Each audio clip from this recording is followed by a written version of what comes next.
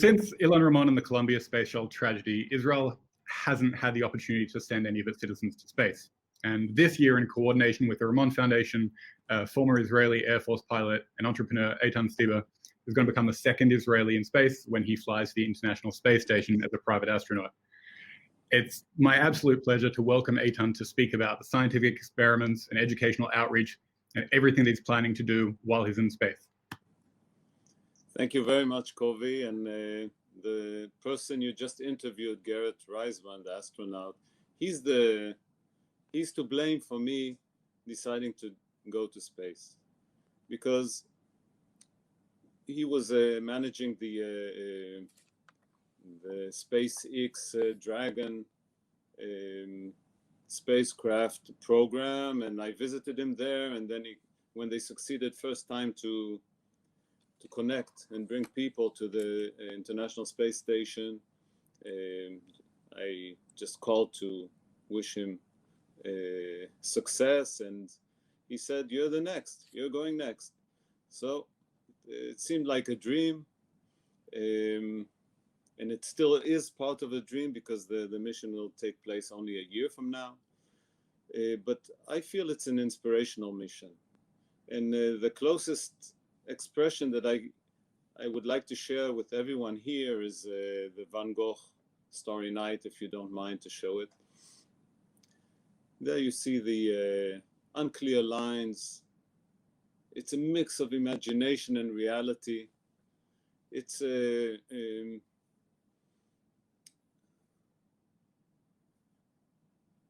blending of the hills, of the village, nature. It's blending of all these into the sky, being one part of it. On the left side, just left of the tree, you can see the ISS painted into there. But he was really, this is really inspiring and showing the connection that the sky and earth go together. It's not that you go to space in order to research only space travel and the moon and Mars and all those programs, but it's all lots of the work performed on the ISS are to better life on Earth.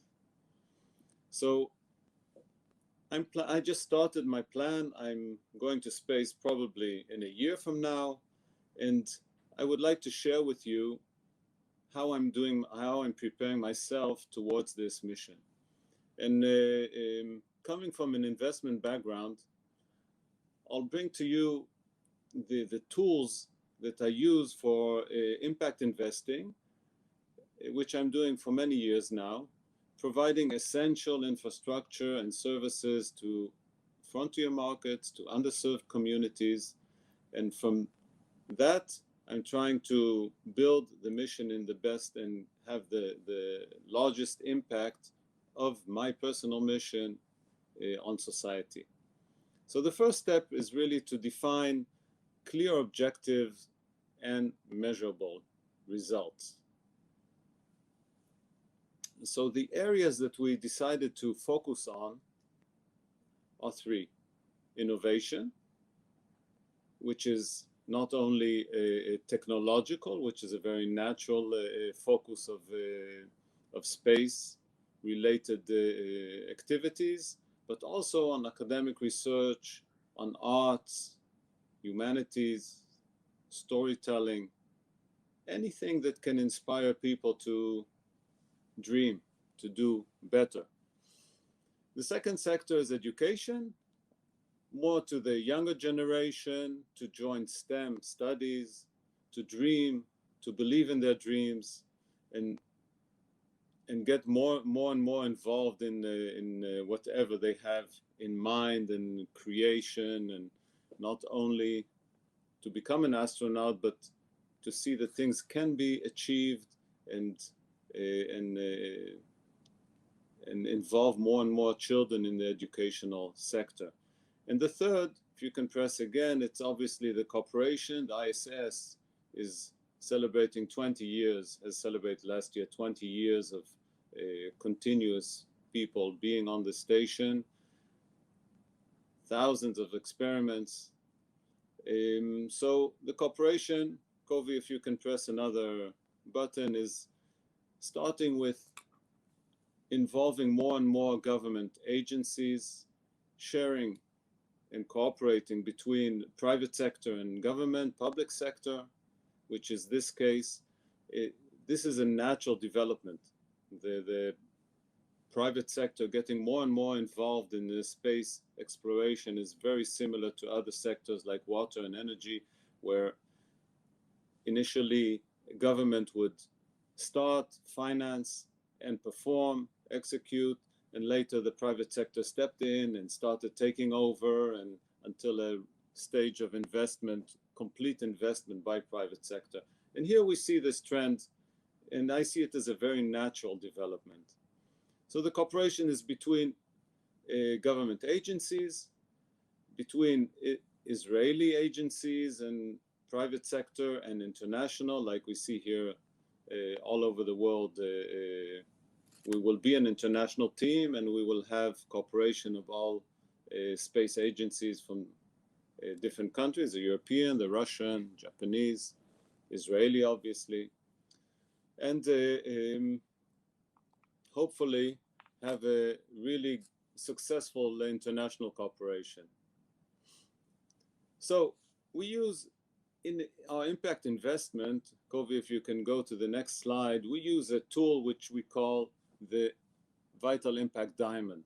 So it's a tool where we define the 4 main angles, which are the beneficiaries. Who are the beneficiaries of this mission? And there we want to plan on to reach more and more children and young people. In the innovation side, we want to reach the startups, all the industrial partners all over. And in the cooperation, we wish to really reach global cooperation, awareness to better life on Earth, and get more and more people involved in the mission. Then, for example, in essentiality, the question is, can such an effect be achieved through another tool? Are there alternatives? This is a question we ask ourselves in order to decide what to do and which experiments to carry out there. Our focus on innovation will be tech for good. So things that will do experiments, will take technological experiments to space, mainly to prove that they are good for society, they are good for developing countries, for developing societies, and that basically improve the quality of life of people on Earth. One important aspect of the whole mission is affordability of services. So I'm a sincere believer that the start is very expensive. Space travel the cost will be reduced by competition, by more and more people wanting to go there and understanding the advantages of such space travel. And then locality is about, from my point of view, it's more involving more and more Israeli companies.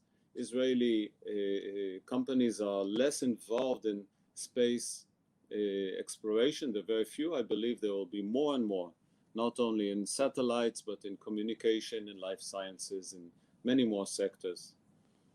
And the last angle of intrinsic is, I intend to devote all my time there on the International Space Station,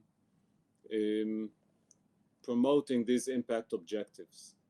So the question in intrinsic is whether, if I would spend more time in space, if it would have a larger effect, if I would go to the moon or to Mars, if that would even have a larger impact on society. I believe that the answer is yes, but we will study that and come with a plan for me. Then the next phase would be the measurement.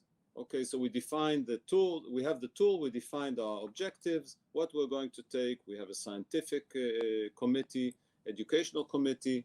These committees will select from all the choices of proposals that will be presented they will select which of them are best to take with us according to this criteria. And then we'll measure.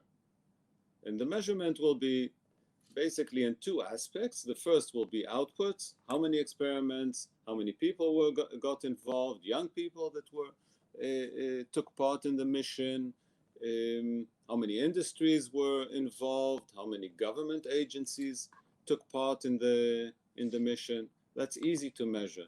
The tougher thing to measure, and this we are challenged by, is to see the long-term outcomes of this investment in this mission.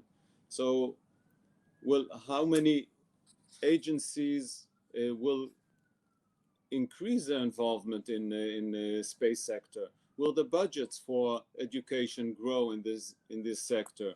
Will there be more startups in the space ecosystem? How many children will prefer to learn STEM studies, and so forth? And I believe that our first step, our first private mission to space, will trigger more, will trigger competition, will trigger innovation. All this will make the sector more efficient and more accessible to everyone. And last, not least, if you can show the next slide, once we have all the mission defined and defined our measurement of output and outcomes, we will try and align the work we're doing with the United Nations Social Development Goals. There are 17 of those. For example, water, purification projects, answer SDG 6, affordable energy, clean affordable energy is answers SDG 7, and climate action, obviously, which will be the next global challenge after the COVID is disappeared, is gone. No hunger, producing better nutrition, food, which is done continuously in the space station, and so forth. So we will compare and check the results of our experiments with the United Nations SDGs.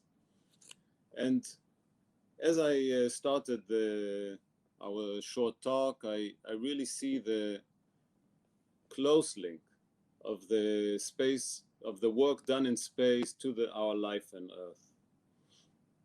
Thank you very much for listening. Eytan, thank you so much. I think everybody can see from what you just showed how much of a huge impact and how much potential there is behind this educational mission, and how much good science we're going to get out of it as well. And I really look forward to seeing all the content, all the videos that you put out from space. It'll be especially great to show my students so they can see an Israeli astronaut live in space. So thank you so much for sharing with us. Thank you. Most of the children that I meet, they ask me, will you speak Hebrew when you're there? I told them, yes, I'm going to speak to you in Hebrew live from space. You'll have to teach the other astronauts Hebrew as well. Well, thank you so much for your time, Eytan. I really appreciate it.